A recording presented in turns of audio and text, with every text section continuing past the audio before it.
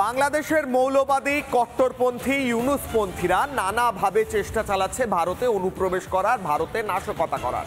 প্রতিবার তাদের ব্যর্থ করছে বিএসএফ, প্রতিবার তাদের ব্যর্থ করছে আমাদের নিরাপত্তা রক্ষা বাহিনীরা। এবার তারা ছোট ছোট ঢিবি বানাচ্ছে। কেন জানেন? ঢিবির পিছনে কি চলছে জানেন? দেখুন। যেভাবে মাটি খুঁড়ে ঢিবি বানিয়ে কার্যত সেগুলোকে বাংকারের মতো ব্যবহার করা হচ্ছে, এখানেই কিন্তু সন্দেহ দানা বাঁধছে। সমতল জমিতে রাতারাতি মাটির ঢিবি। মালদহের ভারত বাংলাদেশ সীমান্তে মাটির ঢিবিতেই এখন লুকিয়ে রহস্য।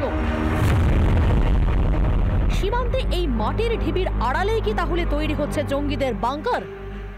জিরো লাইনের ঠিক সামনেই কেন এত তৎপরতা? সুযোগ বুঝে অনুপ্রবেশ ঘটানোর জন্যই এই বাংকার বলে দাবি স্থানীয়দের।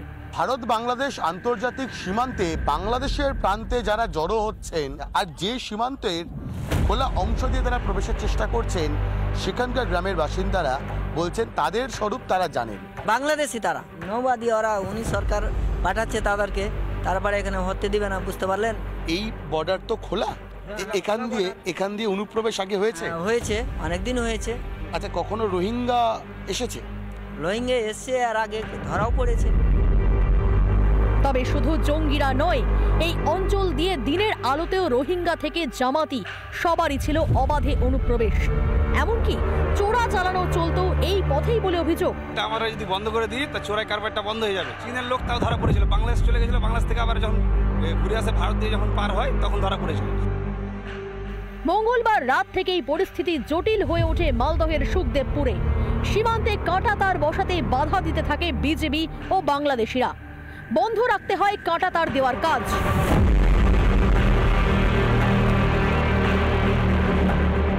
অন্যদিকে সুখদেবপুরের বাসিন্দারা বিএসএফ এর সঙ্গে একজোট হয়ে প্রতিরক্ষার কাজে নামেন।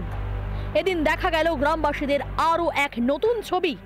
বিএসএফ এর ওয়াচ টাওয়ার ব্যবহার করে পাহারা দেবেন স্থানীয়রা। এই যে ওয়াচ টাওয়ার, এই ওয়াচ টাওয়ারটা থেকেই কিন্তু এর আগে নজরদারি চালানো হতো বিএসএফ এর তরফে। এবং এই মুহূর্তে দাঁড়িয়ে গ্রামবাসীরা তারা যেটা ভাবছেন যে এই ওয়াচ টাওয়ারটাকেই তারা ব্যবহার করবেন।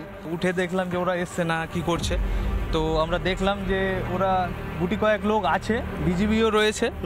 তো আমরা এই ওয়াচ টাওয়ারে উঠে দেখলাম যে ওরা দেখতে পাচ্ছি এই ওয়াচ টাওয়ারে। এই ওয়াচ টাওয়ারের যা অবস্থা, অনেক জায়গায় ভেঙে গিয়েছে, অনেকটা রিস্কি। তো রিস্কি, কিন্তু দেশ বাঁচাতে গেলে জীবনের ভয় করলে চলবে না।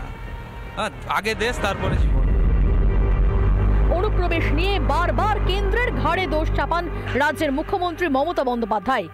জমিতে কাঁটাতার দেওয়া নিয়েও কেন্দ্রের ঘাড়েই দায় ঠেলল রাজ্যের শাসক দল। কথাটা কতটা সত্যি আমি বলতে পারিনি, কারণ কাঁটাতারের জায়গা দেওয়ার জন্য কোনো জায়গায় আমাদের সরকার জমি দেয়নি, এমন কোনো ঘটনা ঘটেছে বলে আমি জানি না।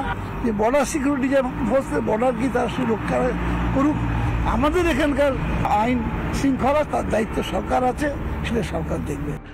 আজকে যে জনজাগরণ হয়ে আমার মাটি আমার দেশ, জঙ্গিদের করব শেষ, এই যে আওয়াজ উঠেছে ভারত মাতা কি জয়, জয় শ্রীরাম, ত্রিপুরার বর্ডার থেকে মালদার বৈষ্ণবনগর পর্যন্ত হ্যাটস অফ।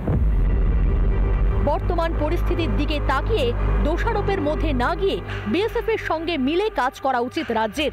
এলাকাবাসী যেভাবে বিএসএফ এর পাশে দাঁড়িয়ে অনুপ্রবেশ ঠেকাতে গর্জে উঠছেন, রাজনীতির ঊর্ধ্বে উঠে রাজ্য সরকার কবে এভাবেই কেন্দ্রের সঙ্গে কাঁধে কাঁধ মিলিয়ে অনুপ্রবেশের বিরুদ্ধে লড়বে?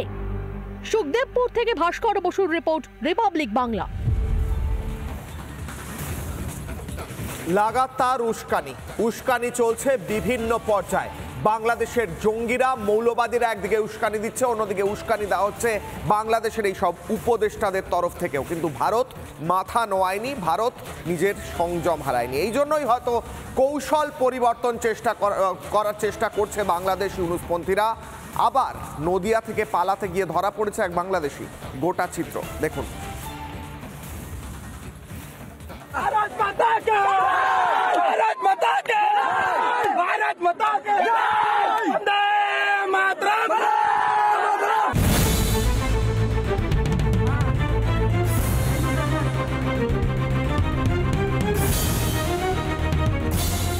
মঙ্গলবার রাত থেকেই অশান্ত হয়ে উঠেছিল মালদহের সুখদেবপুর।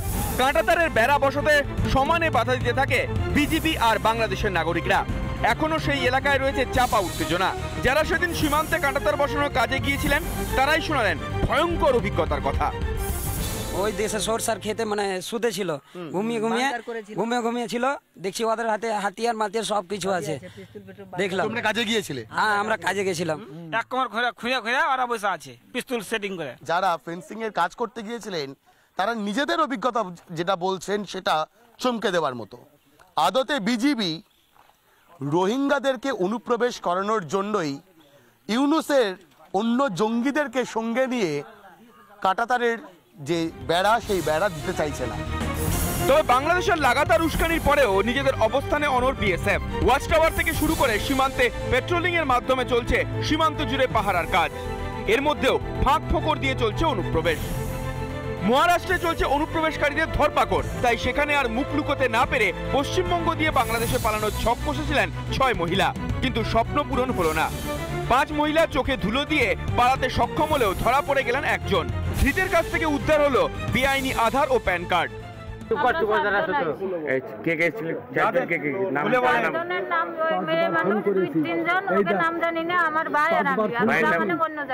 বাংলাদেশে কোন জেলায় বাড়ি আপনাদের? কালিয়া থানা। তদন্তে নদিয়ার কৃষ্ণগঞ্জ থানার পুলিশ জানতে পারে 8-9 মাস আগে বনগাঁ সীমান্ত দিয়ে অবৈধভাবে ভারতে আসে ওই মহিলা। এতেই পরিষ্কার অনুপ্রবেশ এখনো অব্যাহত, আর অনুপ্রবেশের মাধ্যমে ভারতের মাটিতে ছড়িয়ে পড়ছে জামাতি বা রোহিঙ্গারা। ভোট ব্যাংকেরও বলবে আসাম এসটিএফ যে 7 শেখকে অ্যারেস্ট করেছে, ওই 7 নিজে 2বার ভোট দিয়েছে।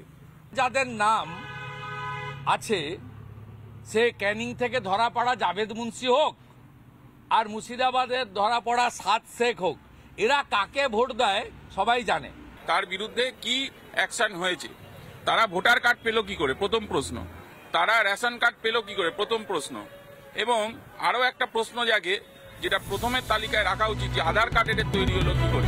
কখনো ভারতের জমিতে কাঁটাতার লাগানো নিয়ে গাজোয়ারি বাংলাদেশের, ভারতের জমিতেই ভারতের কাঁটাতার দেখে গায়ে জ্বালা জিহাদিদের। গদি বাঁচাতে নির্বাচনের আগে যুদ্ধ চাইছে ইউনুস। ভারতের সঙ্গে উত্তপ্ত পরিস্থিতি তৈরির চেষ্টা করে পার পাবে মোহাম্মদ ইউনুস। রিপাবলিক বাংলা। নানা ধরনের কন্টেন্ট দেখার জন্য লাইক করুন, শেয়ার করুন আমাদের ফেসবুক পেজ, সাবস্ক্রাইব করুন আমাদের ইউটিউব চ্যানেল। পাশাপাশি অন্যান্য ব্রেকিং নিউজের জন্য অবশ্যই চোখ রাখুন রিপাবলিক বাংলায়।